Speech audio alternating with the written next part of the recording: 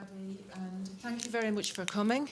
I feel very excited about this morning, and I want to be as much a part of the audience as everybody else. So without further ado, I will introduce you to Stahel O'Reilly, who's going to be the MC this morning, and leave you in the capable hands of the studio operation people. Okay?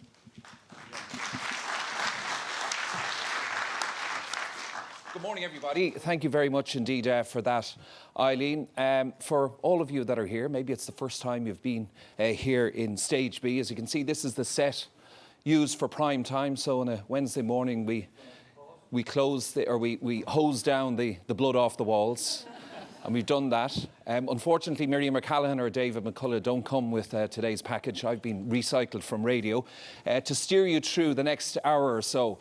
And this is a very, very timely event that we're having here today. And I think we're privileged to be in this studio to listen to a very special presentation coming later on from the pioneer of the circular economy. And for everybody that is here, you're all working in business. You're all doing your best at business level to try and implement sustainability and a circular economy programme within your corporate governance policy. But we're still in baby infants, I think. While as individuals, we all have our keep cups and we're all cycling instead of driving and maybe going on staycations instead of flying abroad. And we think we're great, you know, making all these little changes to try and make ourselves feel better, but also to do our bit for the climate emergency that we're in. But that's the bottom-up approach. What about the top-down approach, which is required at a more macro level in terms of what we do in the workplace to try and be, I suppose, more sustainable?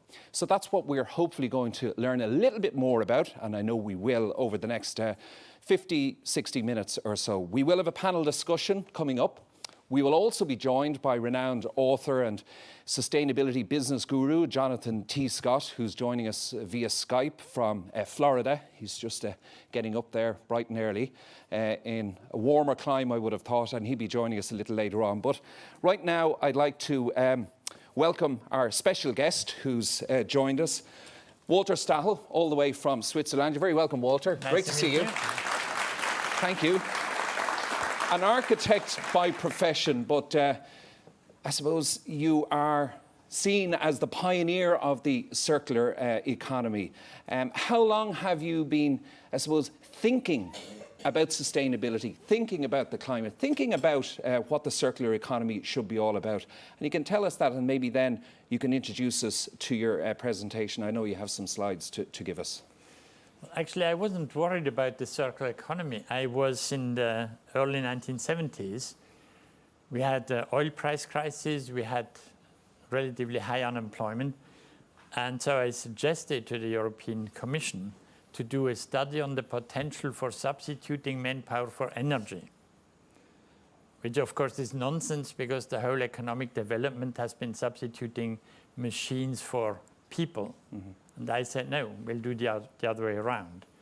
And the conclusions of that report in 1976 was the definition of what I called an economy in loops. So reusing, repairing goods instead of compared to manufacturing new goods is a substitution of manpower for energy. So this is going back 40 years. 43 years. 43. Did you think it would take 42 and a half before people would start copping on to what you're saying? I thought politicians would jump on the idea of creating local jobs. Didn't happen. Didn't happen. Never happened. Okay, I know you have some slides that you're going to actually bring us, Walter. So I'll let you take over from here. We will talk to Jonathan. I do hope you can stay with us then for our panel who will be joining us a little later. And then the people in the audience, you all will have an opportunity as well to get involved in this discussion as well. So, Walter. Thank you, Damien. Okay, let's jump the first slide. Can you move, please? Yes. The circular economy is nothing new. The nature is based on circularity. Infrastructure has always been designed for longevity and easy maintenance. and good husbandry, poverty, a circular economy of poverty has been with us from the beginning and still exists in some countries. So the interesting thing is that nature does not produce waste, which means all waste is man-made. Next slide, please.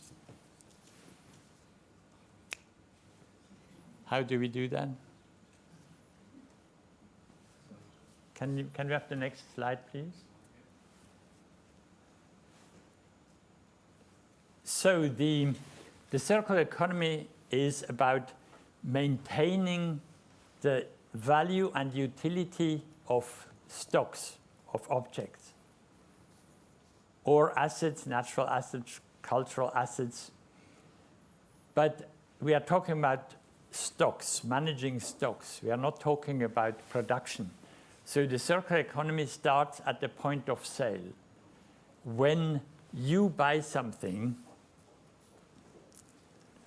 then you start optimizing the use. So if businesses want to get involved in the circular economy, one of the opportunities is get involved in this local services to extend the service life of goods in what I call the area of R. R for reuse, repair, remanufacture. A second opportunity is then in maintaining a stock of molecules, again, the value and purity of materials in the area of D, which means delinking things. And a third one is innovative materials, components, solutions for existing stock and new production. Next slide, please. But the area of R, the use of goods, is driven by values and trust. And one of the most used second-hand goods worldwide is banknotes. You probably never had a new banknote in your hands. It's always second-hand. Why do you trust it? Some of them are 20 years old. You trust them because the value is not the paper. The value is the guarantee given by the European Central Bank. So circular economy is about economics, about value, about innovation, and about taking care of things. Next slide, please. And who is in charge of your belongings? It's you. You decide if you have something repaired, if you throw something away, if you give it as a gift to somebody else who needs it. You are in charge of the use of goods. And my one-liner definition of circular economy is enjoy the use of and take care of your belongings. So that is the center. And why is that the center of the circular economy? Because in each product you have embodied resources, water, CO2 emissions, other energies. And only in this use phase you can safeguard, you can maintain these embodied resources. Next slide, please. It's different. The drivers for a circular economy of materials is basically science. Because we made a big mistake in the past that we produced things that nature doesn't know. Chemicals, pharmaceuticals, nuclear energy, waste. So we have a problem that we cannot go on like this. So we have to produce circular chemistry, plastics that can be depolymerized, circular energy, circular metallurgy. These are huge challenges But whoever finds the solution will get money, because you can take patents, you can sell licenses. Next slide, please. And we also can make better use of the old materials that come from nature, such as timber. This is the highest timber building so far in the world, in Vancouver. So we can use wood in new ways, but we obviously need new technologies. Next slide, please. Thank you.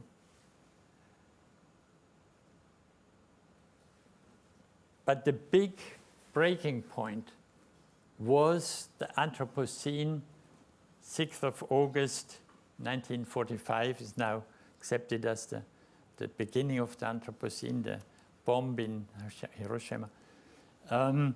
Because all these man-made products, chemicals, plastics, pharmaceuticals, must imply a man-made liability. Whoever produces them must make sure that they come back and are disposed of professionally, ecologically, because nature cannot deal with these man-made goods. Next slide, please. And in the ultimate solution is that the manufacturer or the industrial, the economic actor, doesn't sell the goods, but sells the utilization of the goods. Renting goods, renting molecules, selling performance. You can also do this for pharmaceuticals, not only for physical goods. You can read. Next slide, please.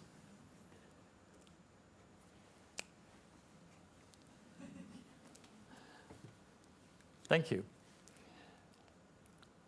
And the drivers of the performance economy are fleet managers. It's the people with the biggest experience are railways, armed forces, airlines.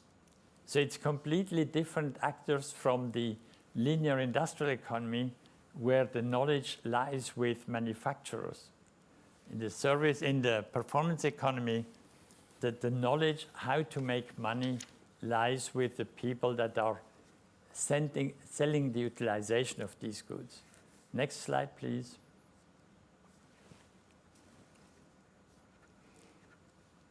Public policy has a very important influence, because if public procurement changes from buying goods to buying performance, specifying performance, then the economic actors start to think completely differently.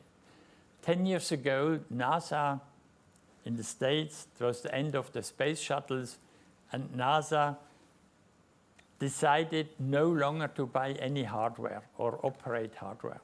They only buy space services.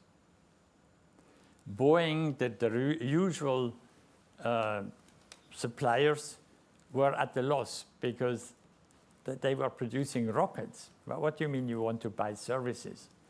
And some other people, like Elon Musk and the head of Amazon, jumped in. Elon Musk produced SpaceX, the Falcon rocket, the first rocket that takes off and lands the same way on propulsion. And Elon Musk, the other chap from Amazon, I think it's called Blue Odyssey or Blue Horizon. But you now have two companies that are less than 10 years old that are supplying NASA with space services using reusable technologies that are much cheaper than what was used so far, and completely new approach to how to solve the problem, simply because NASA said we no longer want to buy products. Next slide, please.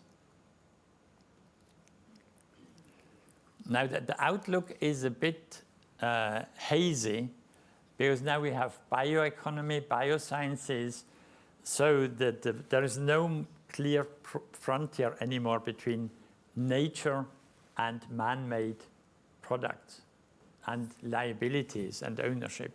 And in the Internet of Things, the digital economy, it gets even worse because there is no clear definition of not only ownership and liability, but also authorship and control. If you buy a smart fridge, you don't know who's in control. And there is no legislation, so there is a big problem for policymakers to come to grips with this. Next slide, please. Yes, here you see this big mess with the digital economy, that we have to define who gets the benefits, who is liable, who owns the product, who owns the data. So that's my introduction. Okay, thank you very much indeed for that, Walter.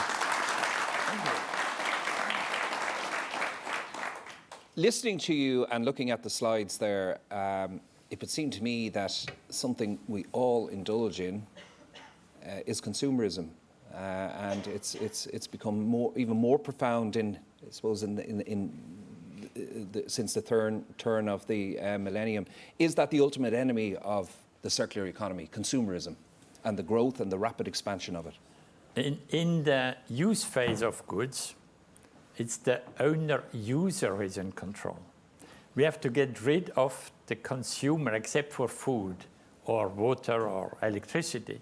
But any physical goods, we have to talk about users, and we have to talk about production and use, for the simple reason that use is open-ended. Consumption is a one-time thing.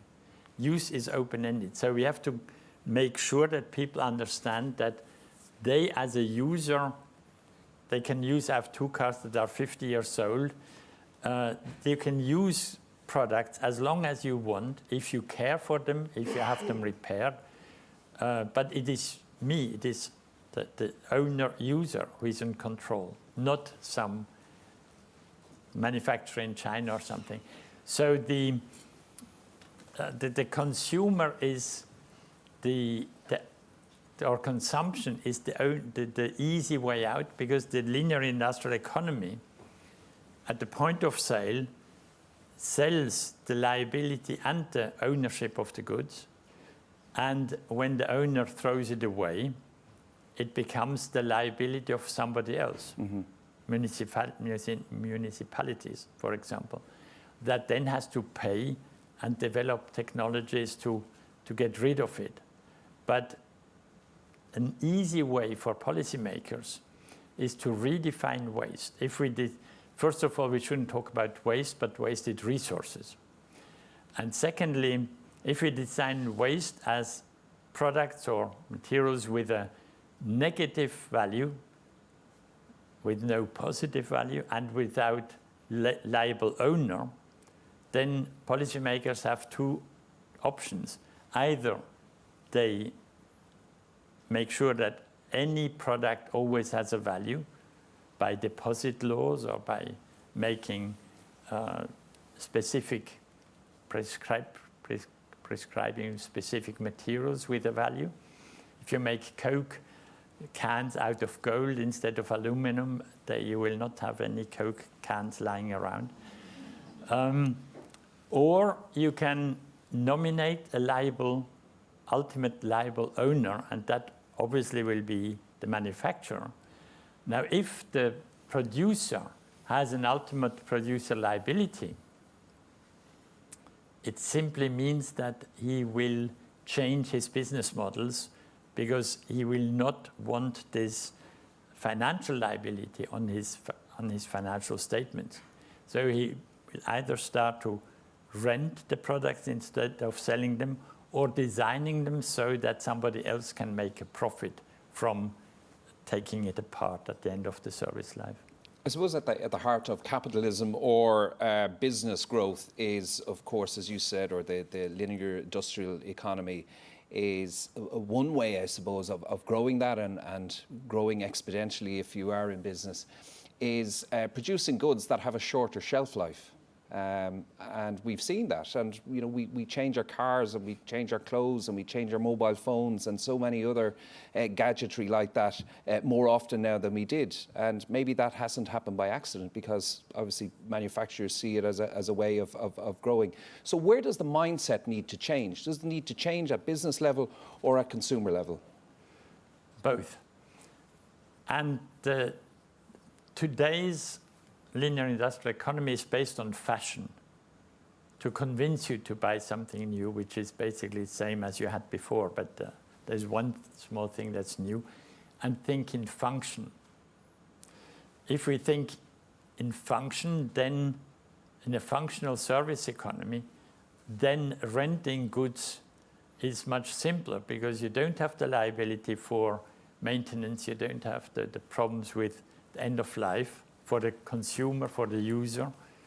And for the business, it now becomes much more profitable to sell you performance function. A very easy example I met again this morning in the bathroom of the hotel. Please help the environment. Reuse your towels. Of course, I'm doing it. But I'm not only helping the environment, I'm also helping the hotel. Mm-hmm. Because in the price is included that I could have new towels every day. Mm. So it's a win-win-win situation. I have a good conscience, the hotel makes more money, and the environment doesn't get polluted.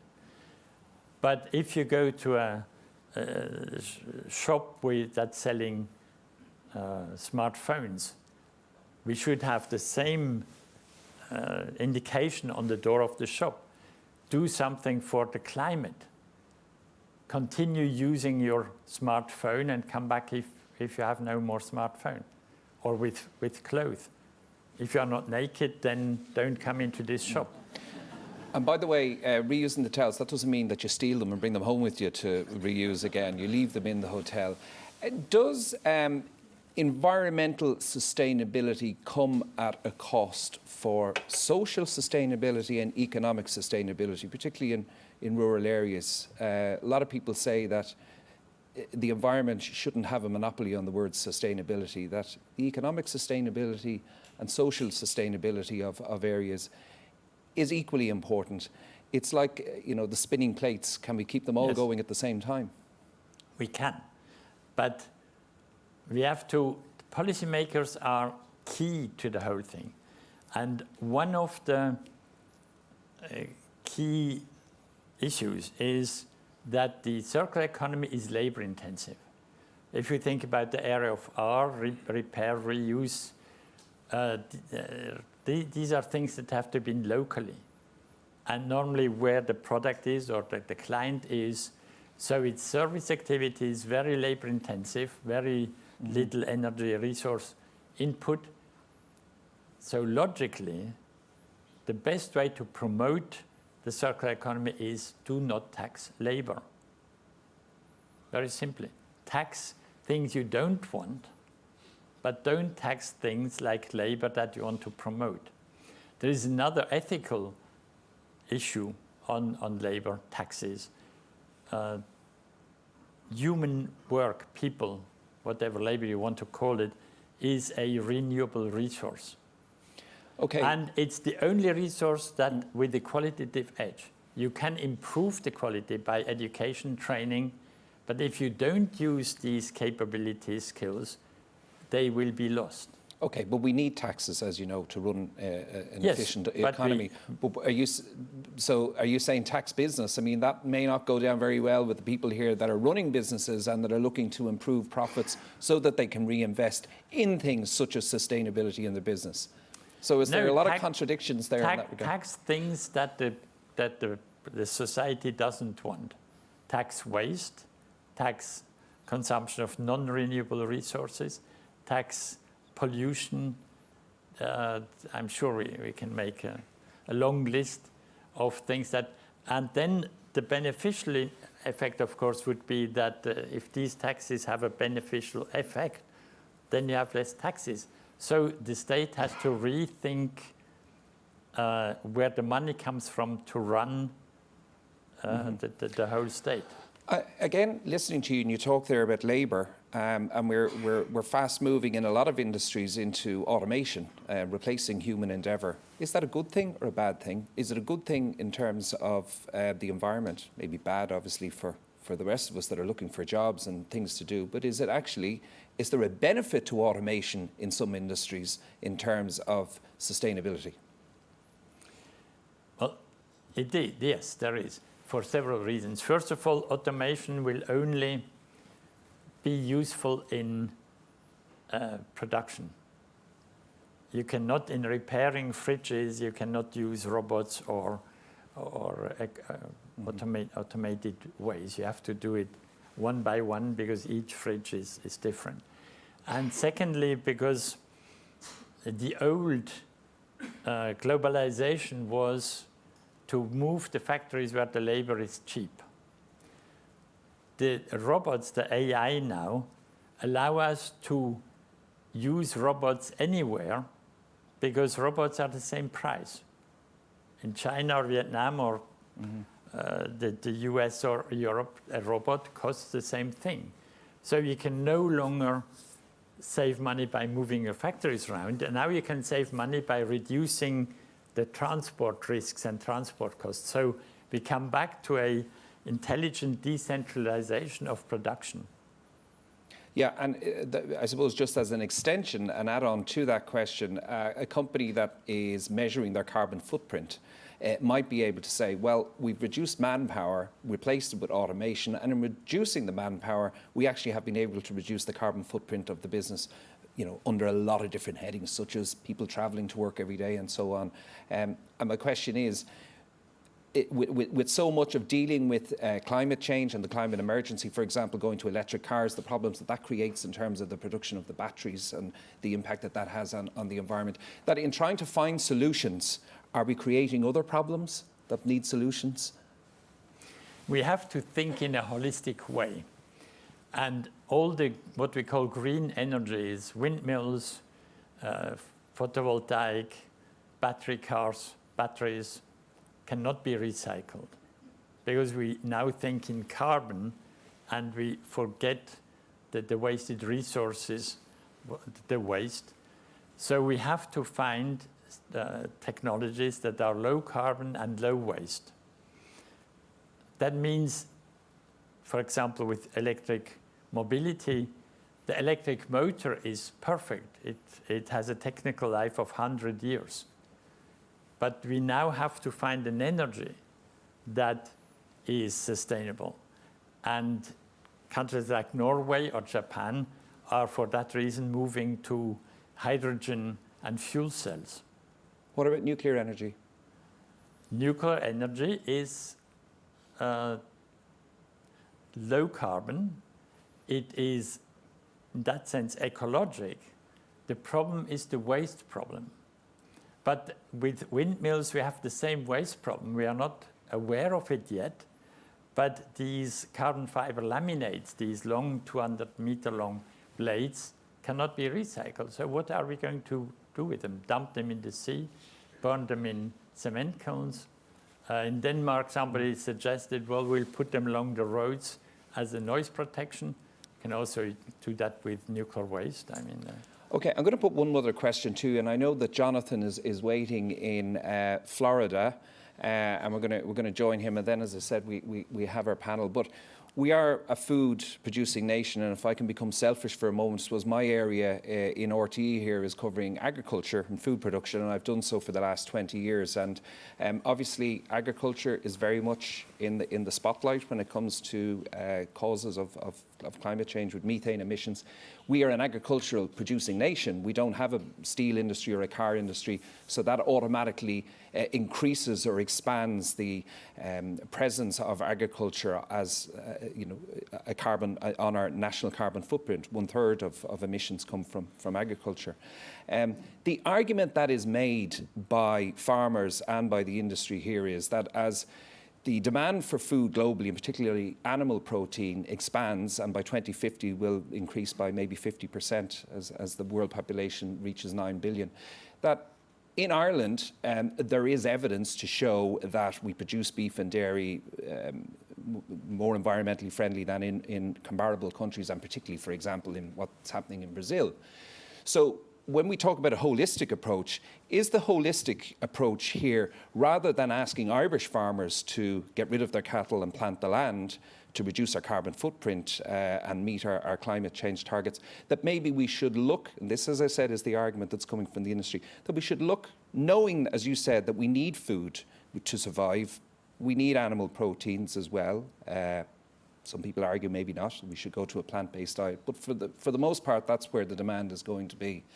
That we should leave it to the most efficient producers of dairy and beef, such as Irish farmers, and that they should, I won't say get a free pass, but certainly that instead of telling them to reduce their footprint, reduce their production, which is going to be replaced by the destruction of the rainforest in Brazil to replace that demand. It's a very short question, I know, that I've just asked you there, but I hope your answer is, I suppose, do you know where I'm coming from? You're probably aware of this situation in this country, and this dichotomy and this dilemma that we actually have here, and this battle that's going on online between farmers and environmentalists, when actually there should be a more bipartisan approach. We have the same problem in Switzerland because we need the milk from the cows to produce chocolate. So I think the first thing is we should get rid of subsidies for transport, for farming, because the farmer itself is part of nature. It's part of nature's circularity.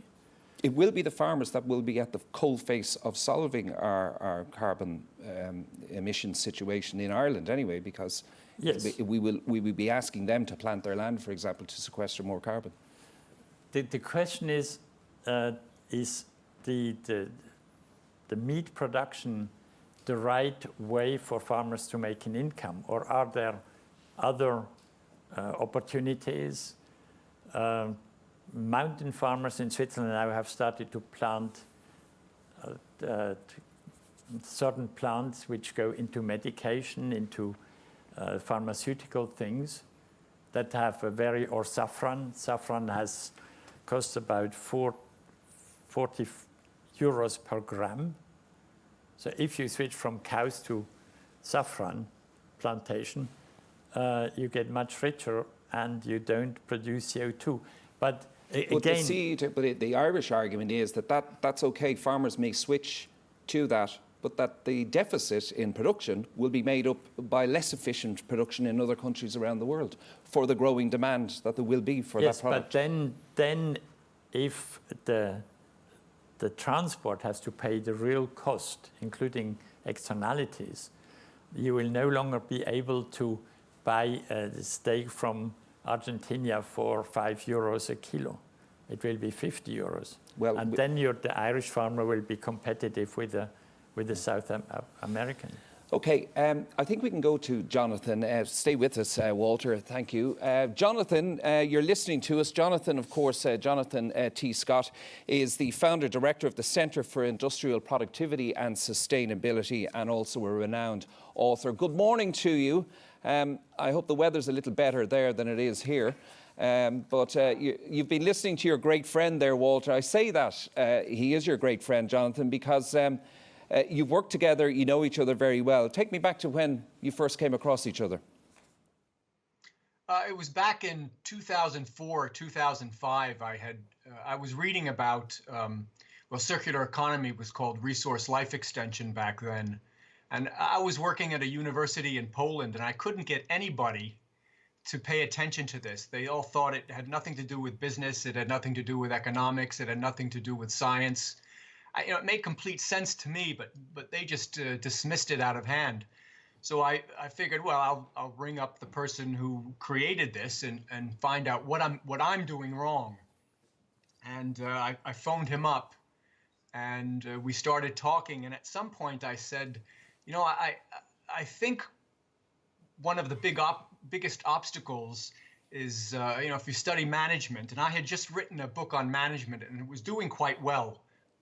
And I said, I think it's the message because business and economists, they don't talk the language of environmentalism. And if you want to be a leader, you're going to need followers. And if you want followers, you have to speak their language. And the language of business is not polar bears and birds and bees and rainforests. And so I said, why don't we just take the basics of management and combine it with what you're doing. And I also mentioned that in the United States alone, over $1 billion worth of management books are sold every year.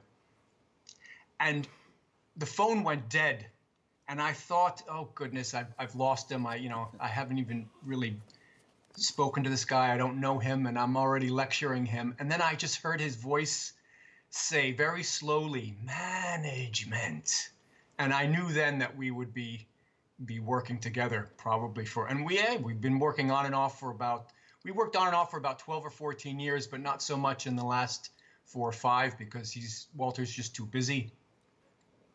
Walter, why did you respond the way you did when he said that to you and you said management? Well, I was, in those days, I was head of risk management research for a think tank of the world insurance industry. And so I was very well aware of the way managers think. And the problem of business management is that people work in a silo. The same in governments, the same at universities. So management optimizes management. And the environmentalists fight for biodiversity and climate, but Jonathan absolutely right. We use different languages. We use different concepts. Even if as an architect, I use a lot of 3-dimensional diagrams. But the first time I showed one of my diagrams to an economist, he said, but what's the function? I said, what do you mean by function? He said, well, the arrow that goes diagonally. And I said, no, that's the 3rd dimension. That's not the function. So we use the same terms and mean different things. Yeah. And so when Jonathan said, let's do something together, I said, yeah, because managers have to understand the circular economy and how they can make profits, because let's face it, it's about survival. Yeah. And the environmentalists have to learn why managers are so crazy that they only think about money. Okay, so as I was saying, a little bit like food producers and environmentalists, a bipartisan approach, and that people will find, Jonathan, they have an awful lot more in common. So were you saying that from an academic perspective, we are not equipping graduates properly to actually deal with the issues that pertain, for example, with regards to the circular economy? Is that your point on that? Well, I think so. Academics tend to be a bit conservative and a bit slow. Remember that researchers, almost by default, are followers. They're not the ones that are leading the way. They're following behind, doing research and analysis. And so usually you have to have whatever it is they're following needs to be substantial enough for them to be able to do research on it. And back in 2004, 2005, it was the environmentalists who were speaking the loudest. It was their voice that was heard the most. So the business community and, of course, business academia had pretty much shut the door on them because there was still that animosity between the environmental crowd and the business crowd. Jonathan, how important is government buy-in in all of this? And I'm speaking to you as somebody that's in a part of the world where obviously there is an issue with regards to government from the very, very top policy in relation to climate, and I suppose the interference of lobbyists as well up and down the hill. It's absolutely crucial. One aspect of this I think everyone needs to understand is we are never going to volunteer our way out of this.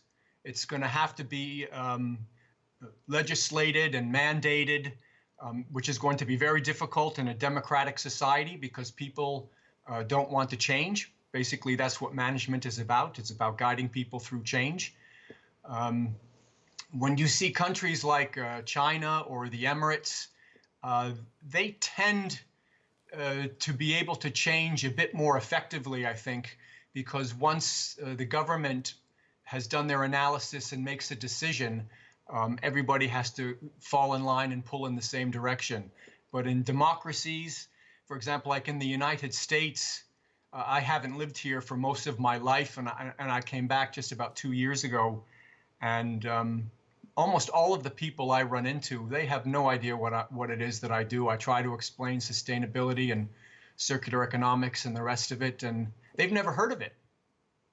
You've written many papers, and before I go to our panel here, you're speaking to an audience here in Stage B in RTE in Dublin of invited guests who represent a cross-section of business and a very diverse cross-section of business. And they want to leave here today with a message as to what they can actually bring to their daily workplace to actually improve sustainability and move closer towards a circular economy. What's your, I suppose, main advice at the moment?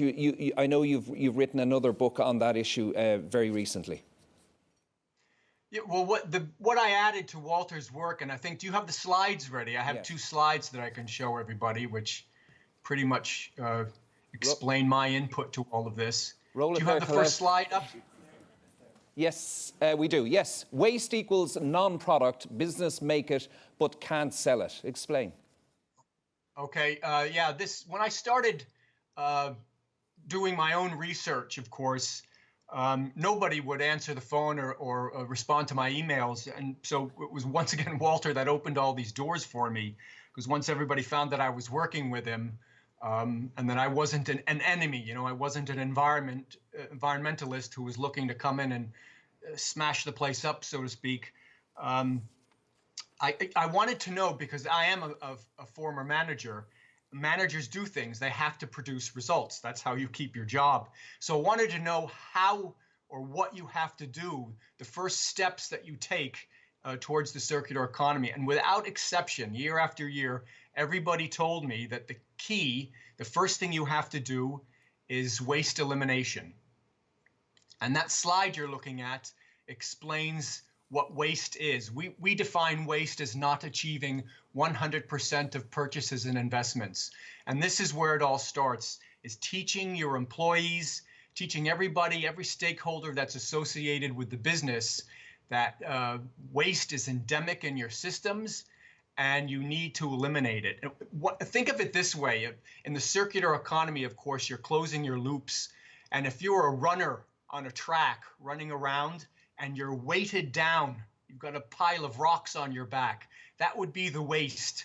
You want to get rid of all that waste so that then it becomes easier to reuse, repair, and remanufacture your materials.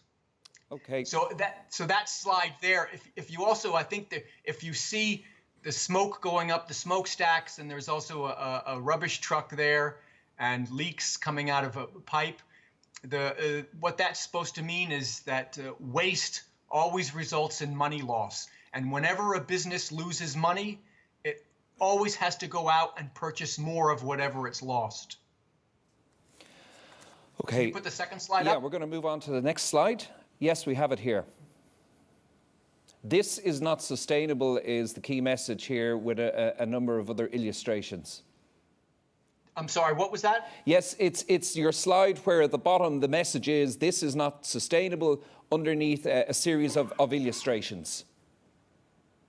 This is, it shows the typical industrial pumping system with the electricity, correct? Yes. Okay, this slide shows you a typical process or a system.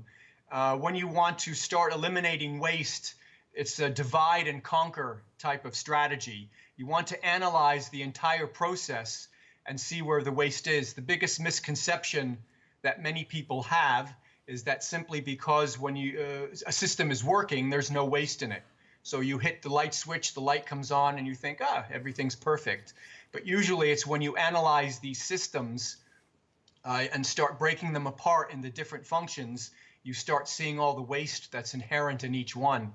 For example, and this is the key I want everyone to walk away with when they're looking at this, I use energy and materials to explain different concepts because it's the easiest way to understand this. But this could very easily be, a few minutes ago you were talking about agriculture. From the farm to the fork, in some parts of the world, 30 to 50% of the food is being wasted. And so if you divide all of these stages up and eliminate the waste in each stage, you'll find that you don't have to increase food production. I've seen some estimates say that we're going to have to double food production in the next 25 years or 30 years or what have you. But if we're able to weed out 50% of the waste, then in effect you have doubled food production and you haven't really had to increase much of anything. That's the importance of eliminating waste first, and then what you're left with are the core components of whatever it is you're doing, and those things are how you enter into the circular economy. Does that make sense? Yeah, I'm going to stay with us there, Jonathan. I'm going to go to our panel here now, who've joined me on stage here. I'm joined here by Emer Cotter, who is the director of the Office of Environmental Sustainability with the Environmental Protection Agency. Beside her is Declan White, regional director of Veolia Ireland, and then we have Professor Pat Brereton, head of the School of Communication with DCU. You're all very welcome, and I'm sure listening very intently to our two guests. Emer, recently the EPA published the 2018 greenhouse gas emission table. We touched on the agricultural contribution, and when you look at industry, and you look at transport, and you look at all the components, the figures, we're meant to be, I suppose, talking about solutions here today and positivity, but are they worrying? Yes, absolutely. The figures for 2018, which we published in the last few weeks, show that at the moment for 2018, we're 5 million tonnes above where we need to be in terms of our pathway to meeting our 2020 targets. So we saw increases across all of most of the major sectors: transport, agriculture, households. Our energy sectors we did see a significant reduction in our emissions from the energy sector. So really, the picture is quite stark, and to be that far away from where we need to be in terms of our targets for 2020, 2030 means that we have really a lot to do to make up that ground. So how do we change tack? What are we going to do? Were these figures a big surprise? No, they're not a big surprise to us. I mean, we've been tracking these numbers for many years, and we also are continually projecting into the future to see what's going to happen. So this is not surprising. There's not going to be one particular solution. That's the reality of it. We're going to have to work across many different fronts. It is really good to have this discussion here about the circular economy in the context of climate change. Over the years, I think we've had those two discussions separately. We've kind of gone into one room and talked about the circular economy and waste and been more efficient about using our resources, and then on the other hand we talk about climate change. But now we are seeing these two concepts being brought together.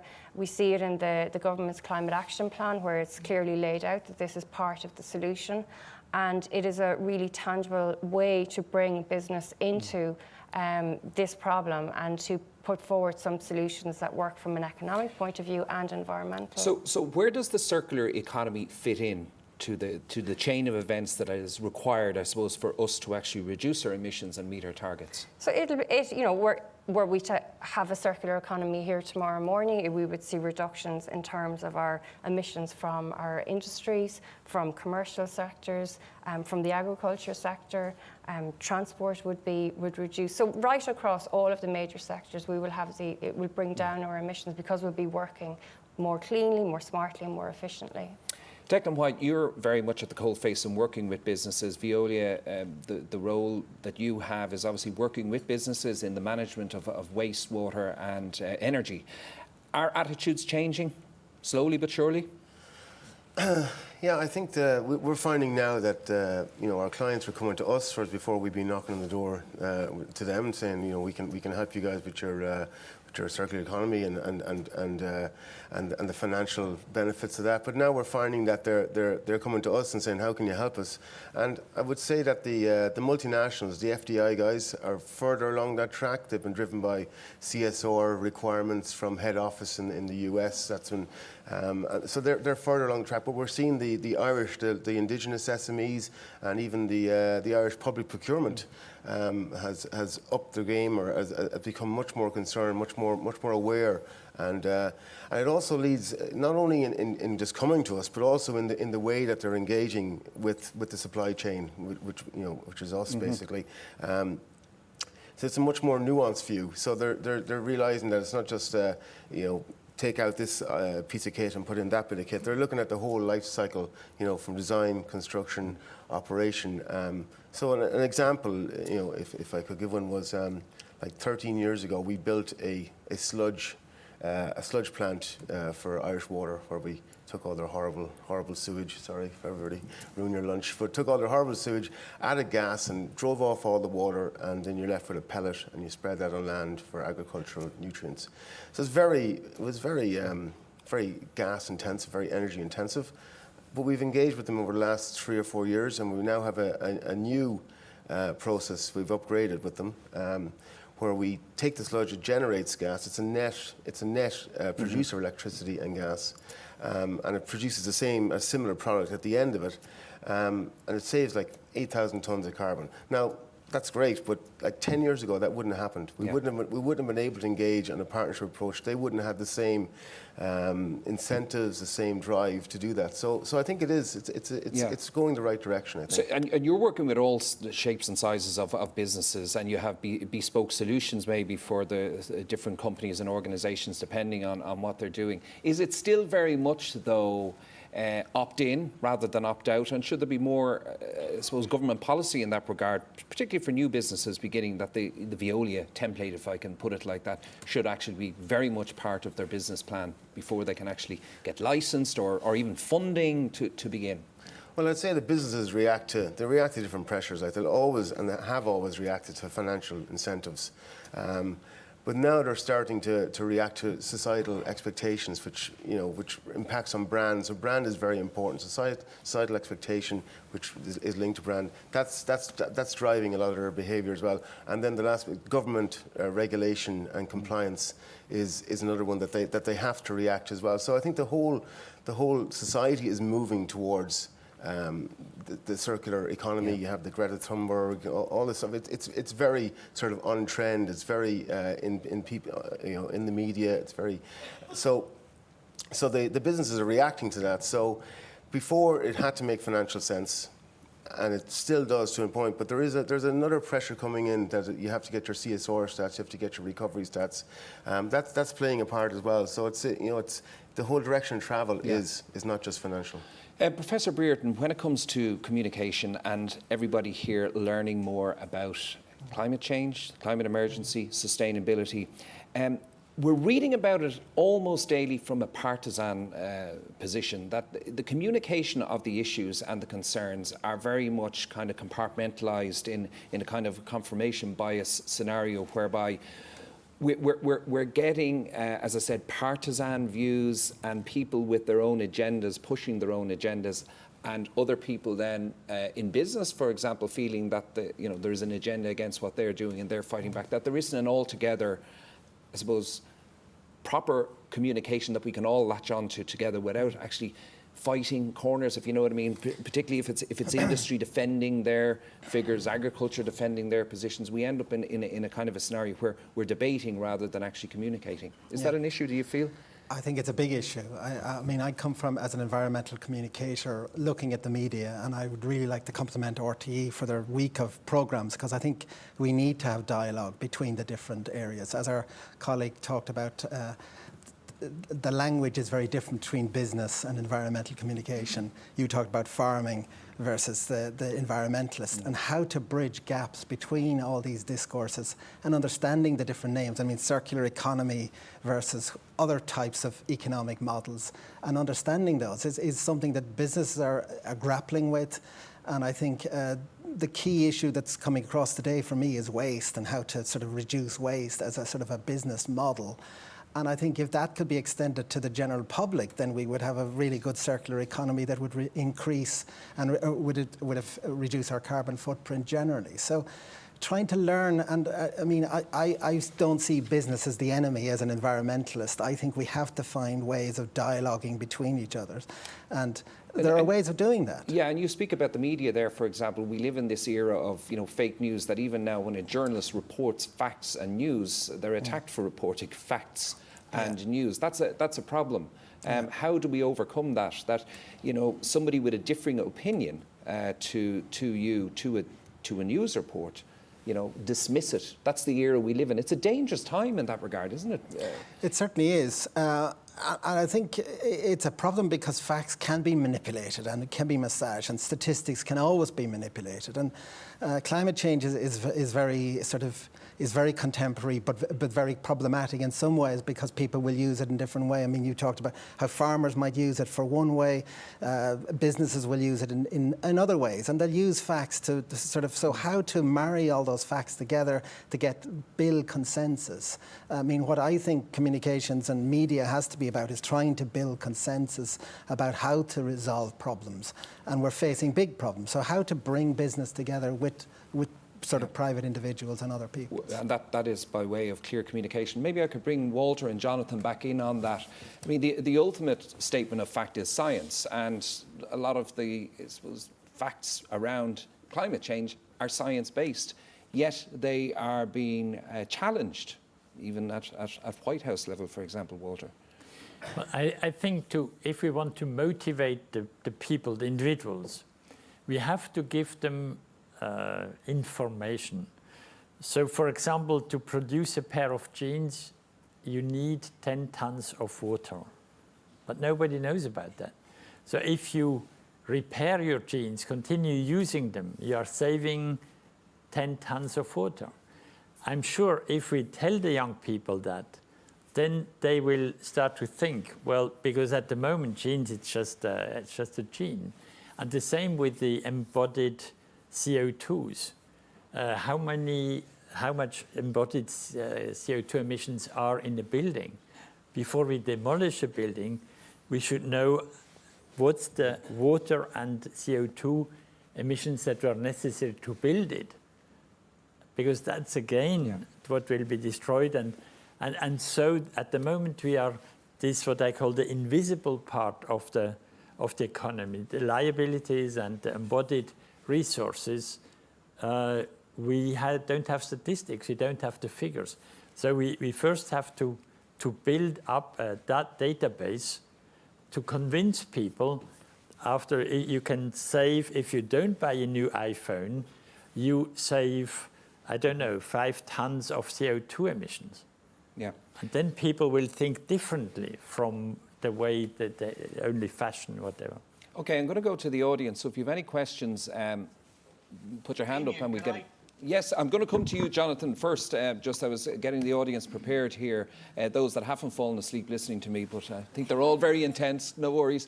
But Jonathan, just on that, the fact that we now live in these echo chambers where we source our news from people and from sources that we like, in those scenarios, we can always reach for facts, quote unquote, that suit our own agenda.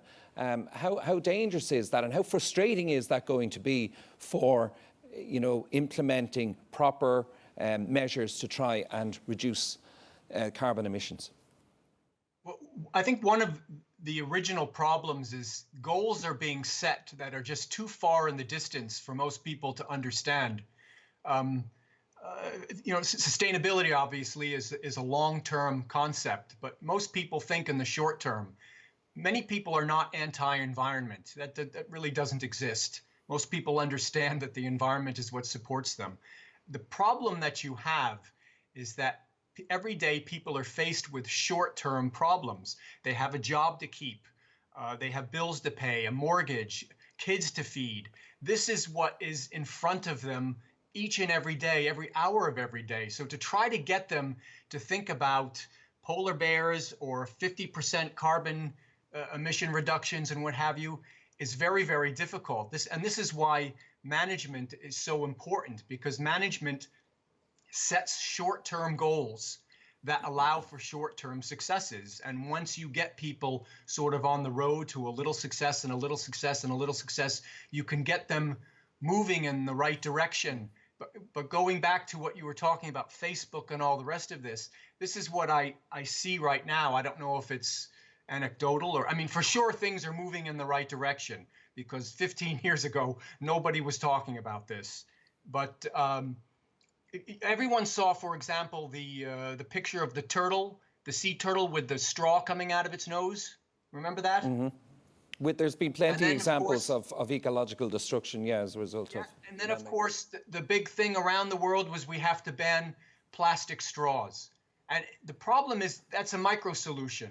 It's solving an effect. It's not solving the cause.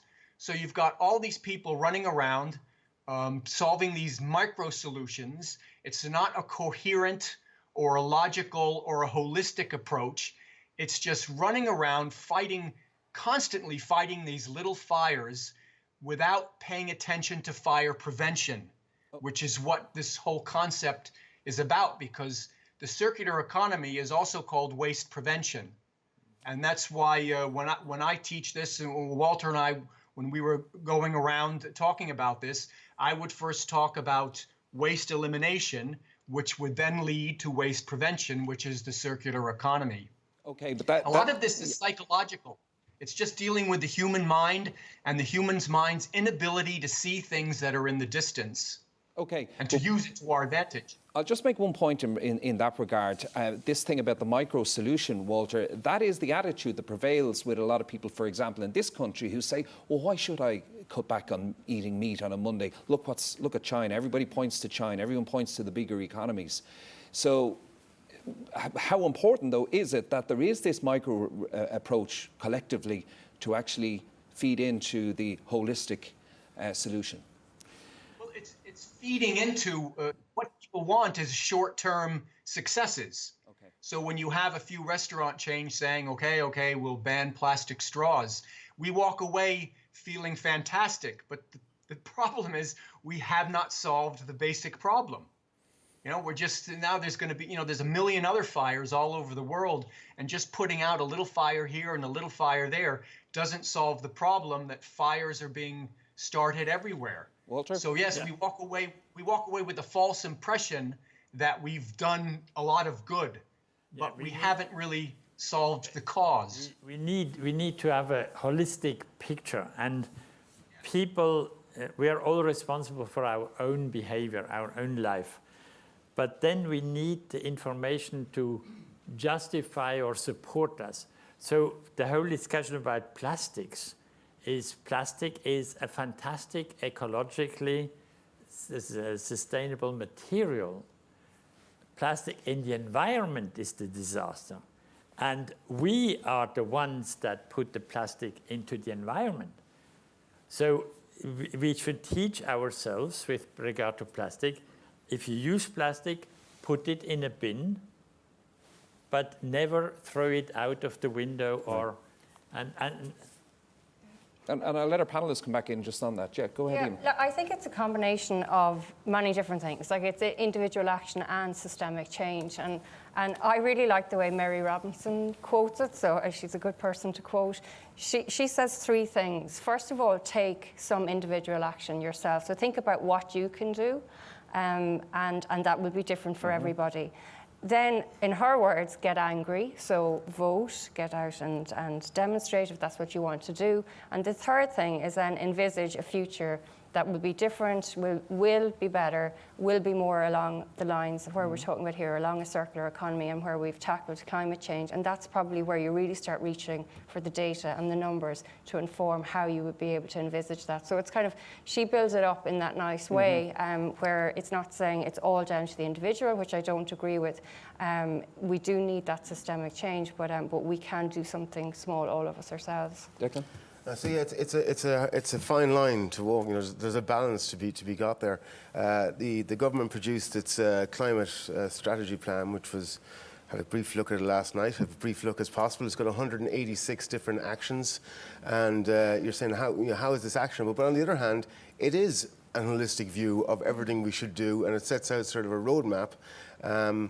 And it's cross-party and all that sort of stuff. But the main criticism is, well, it's not actionable, it's too broad. So you kind of have to get that balance between an overall view and actually then linking it back to individual short-term actions.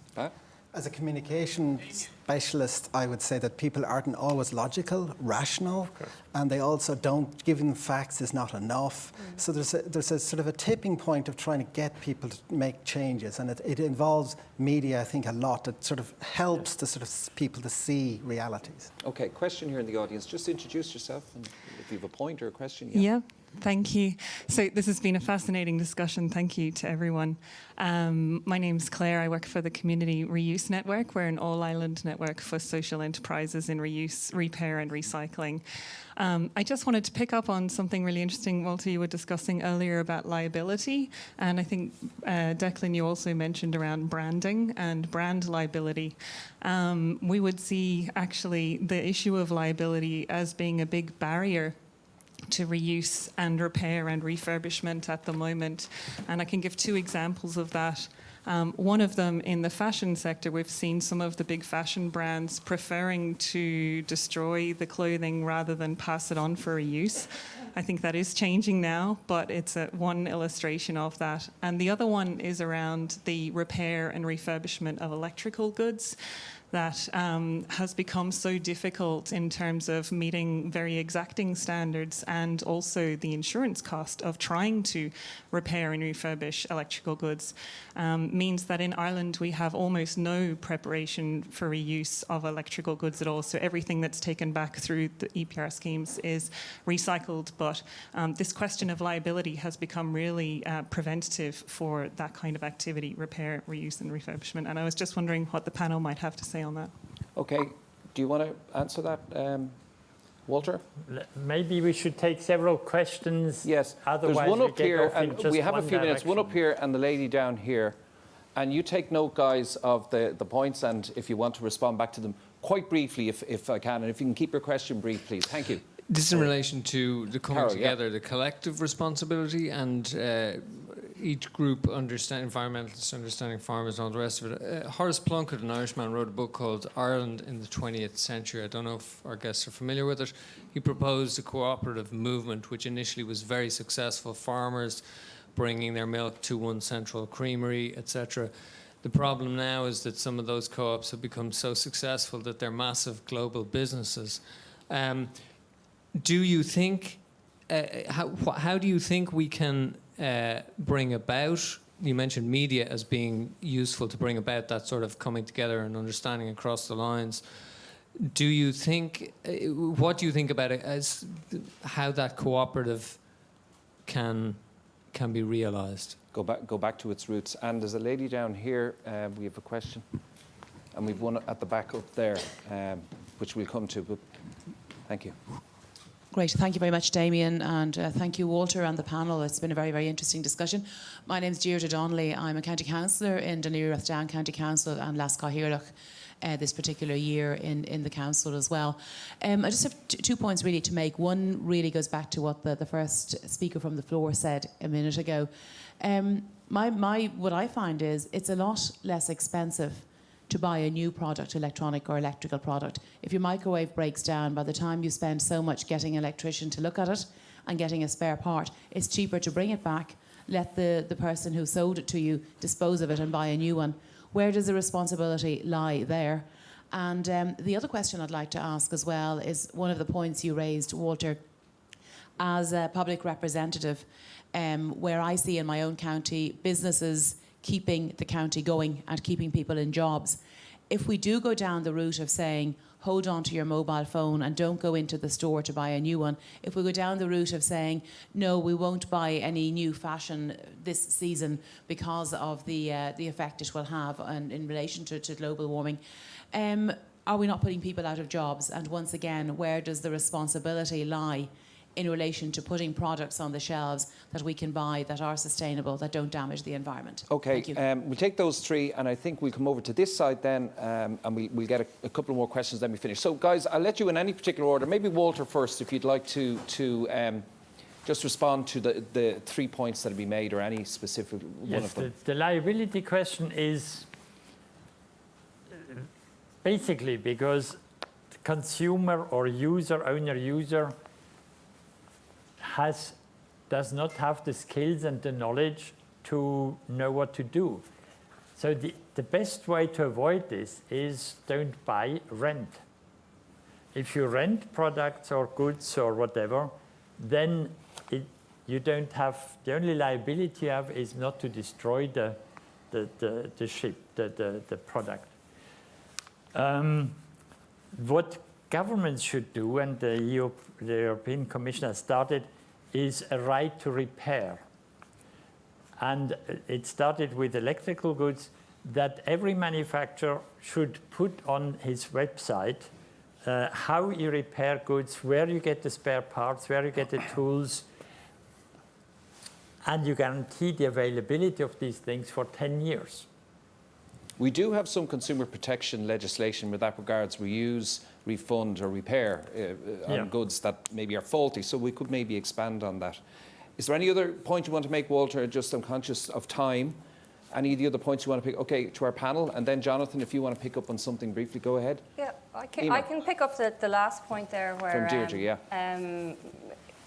the circular economy is seen perhaps as a threat, and we've seen this reflected in a recent survey that we conducted with IBEC, where over 200 CEOs were surveyed, and half of them didn't really know what the circular economy was and saw it as a threat. And that really, I think, is a key first barrier for us in this country, in that I don't think really we understand in the business community what the circular economy is and what that actually means. Because what it means is that businesses will reduce their costs in terms of their operational costs, will actually reduce their risks in terms of having a better understanding of their supply chain, and then think about new business models, new products, and improve their competitive advantage. So there are real benefits for business, but we're not getting that message through, and business are not understanding it fully yet. Jonathan, I see you nodding your head there. Yeah, Walter, can you hear me? Yes. Tell them the story of the economists in Helsinki, the one who gave the keynote speech about how, after all the research he had done, he had determined that the circular economy was not going to create any meaningful jobs. That's a good story for the audience. Is it a long story, Walter? No. No, it's very simple. It was actually somebody from the Department or Ministry of Economics. And at the end, she said that what they analyzed was plastic recycling. And of course, if you look at the plastic recycling, of course, there are no qualified jobs. There are no, but that is not the circular economy, that is waste management. So after Helsinki 2 years ago, I decided to write a book, the Circular Economy User's Guide, to explain what it is. It's waste prevention. Waste management is something different, and of course there are no qualified jobs, but somebody has to do it. But we have to think clearly, if we talk about the circular economy, then we are not talking about waste management. Okay, we have a couple of more questions here. Man here, I know, man here, and there's somebody at the back row there. So we have 1, 2, 3. And by the way, the guys will be staying. So if we're we'll have something to eat and drink, and you can certainly, Walter, you're not rushing away anywhere, I presume. I'm rushing away tomorrow morning. Well, there's all afternoon, so yes, go ahead. Yeah, please. earlier you were asking about a good news story and what people can do. My name is Leo Donovan. I'm the CEO of We Ireland. We're a producer initiative under the WE Directive, and we represent the Irish producers, electrical producers, and we're responsible for recycling the electronic waste in Ireland and all the battery waste. And this year now we're going to do 65% take back on what those producers placed on the market. And when we put that into a CO2 calculation, that's nearly 250,000 tonnes of CO2 savings. Like you said earlier, Walter, for us to urban mine copper, it's 9 times more efficient than if you take it out of the ground, and that's how we're able to do this calculation. So we have to thank the Irish producers for supporting the We Ireland initiative. Okay. We have to thank the retailers also, the electrical retailers, and the local authorities for the contribution. But most importantly, it's the consumers. It's something that the consumer can do. They can bring their material back to these particular points. So it's a combination of industry setting up the system, the support of the businesses and the local authorities, but the people making the effort to take it back. All right, Leo, I'll take that as a point. We had a question here in the front row, this man here in the blue shirt, just here. Hi, good afternoon, thank you. Hi, Walter. I was half expecting to see the Christmas tree presentation, it being November. But loads of questions, but I'll cut it short, knowing the time. Just on the business and job creation, I mean, I live out in Maynooth. We think we've got about 3 or 4 shops that work on, you mentioned mobile phones, repairing and recycling mobile phones. The jobs that's creating is a huge amount in the local economy. If they're all going to buy, then certainly the jobs would go down in Maynooth. On the whole multiplier network, I mean, you mentioned 3 things that were said, but one of them was how you behave, do something little. That network effect, it's like a virus. Once you do it, your friends start asking, why are you doing this? They start to reproduce the habits. It spreads very, very quickly. So it's a massive thing. I'd say just a quick note on the plastics, because we don't have much time to go into it, but certainly it's a big thing. And you're right, it's not plastics. They're a great solution. It's just how we use them. But how we recycle them is an equally big potential issue. If we start to burn them, that's releasing all that CO2 back into the air, creating more problems. My big question is about the hype, because going back to 2009 with the Conference of Parties in Copenhagen on the back of the Stern report, we had a massive, discussion around climate change. And then we got climate change fatigue in the language. Is that going to happen here again? Are we going to say, it's been a big thing with Greta, with Extinction Rebellion, with circular economy? Are we going to move into that hype and it's going to die off? Because my big worry is that we're in an exponential situation. It's not linear. We've got the, Venice underwater. We've got the, Mont Blanc's melting. We've got forest fires in the Arctic, let alone Sydney and California. Hurricanes going into Manhattan. It's an exponential mindset. It's going to get worse quicker and quicker, and we don't quite comprehend how quickly. Is that hype and that big danger, something that we really need to...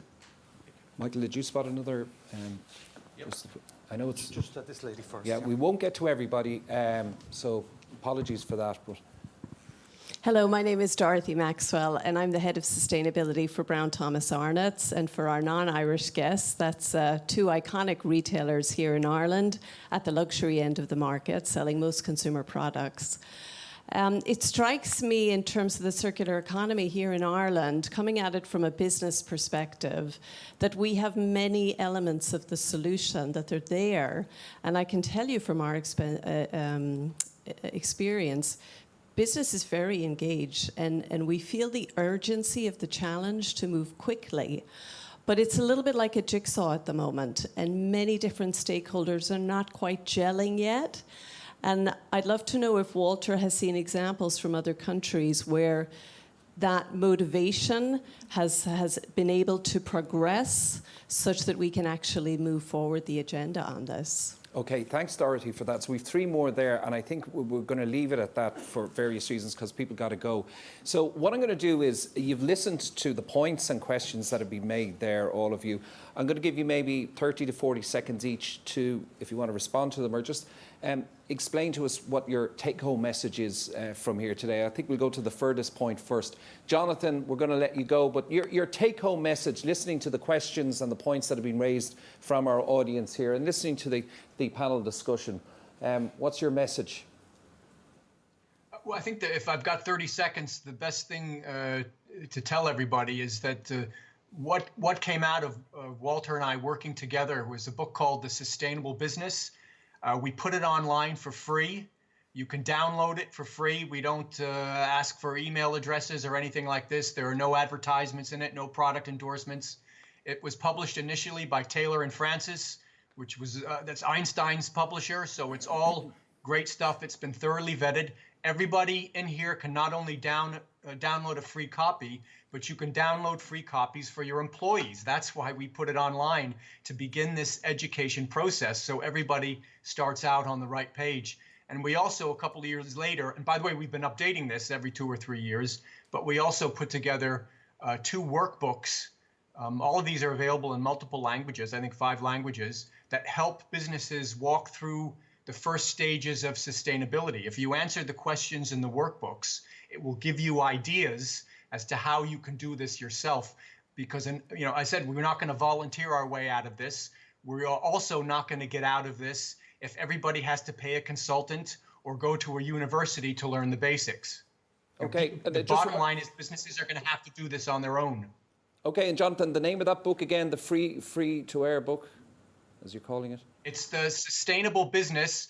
It's offered by the European Foundation of Management Development, EFMD, global.org. It's the organization that accredits the world's best international business schools. Okay. Just go on there and you should be able to find it.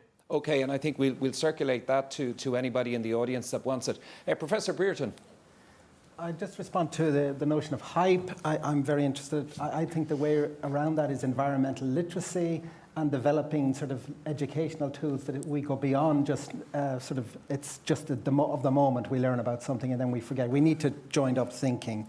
On the cooperative movement, I see very much connections. We did some research on the climate change and the Citizens' Assembly. I think creating more citizens that are engaged with circular economy and developing that sort of learning that can be connected very well. I'm really interested in creative imaginaries, ways that can connect people with sort of what the future is going to hold for them. And the person who mentioned about not being able to fix material, I was thinking about a film, Glenn Hansard film Once, where the father actually fixes so we need images of seeing things being fixed and replaned, and sort of not just always the new shiny things. And I think creating ideas through the media and through communications can help us understand where we can go in the future. Declan? I think a lot of the questions there was a lot of commonality there on repairing electronics. We're using electronics today from Arnott's and Brown Thomas on the supply chain. So I think the answer is it starts at the design. The full chain, the full life cycle has to be considered in order to get to sort of sustainable economic sustainable products. Eamon Cotter? Yeah, my takeaway is that climate change and the circular economy are 2 sides of the same coin, and the EPA are committed to fostering a circular economy in Ireland. We want to work with businesses. They're a key part of the solution.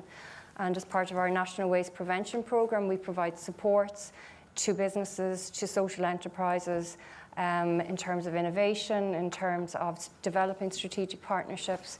And we're more than happy to have those discussions to foster and grow that circular economy here in Ireland. Okay, and Walter, leave the last word to you.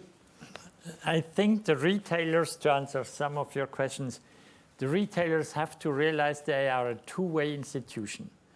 And IKEA, for example, has now started to buy back their furniture and sell it in their Second Life shops. Several department stores in England and in Scandinavia are buying back even cutlery and Chinaware because they are no longer produced, and so there is a market for people who are looking for a specific thing. And so the retailer, also in the villages, can have a very important role, not only delivering things, but also taking them back for resale. But it's a completely new thing, and you have to understand, as you said, the mechanisms and how to make money from it. Well, thank you very much indeed for coming here today. It's a great pleasure to hear from you and to meet you, and to give us those messages that we can take home and take back to our businesses. I want to thank Walter Stahel. Thank you very much, Walter. Thank you. Thank you very much. And earlier we were joined by Jonathan T. Scott from Florida, and also my thanks to Professor Pat Brereton, to Declan White and to Emer Cotter, and to you, our audience as well. And I hope you've enjoyed the last 90 minutes or so, and indeed that you leave here full of energy, recyclable energy that is, to bring back some new messages and new ideas into your own workplace. Thank you to Eileen as well for organising this event, and safe home to everybody. Bye-bye. Thank you for the guidance. Thanks very much.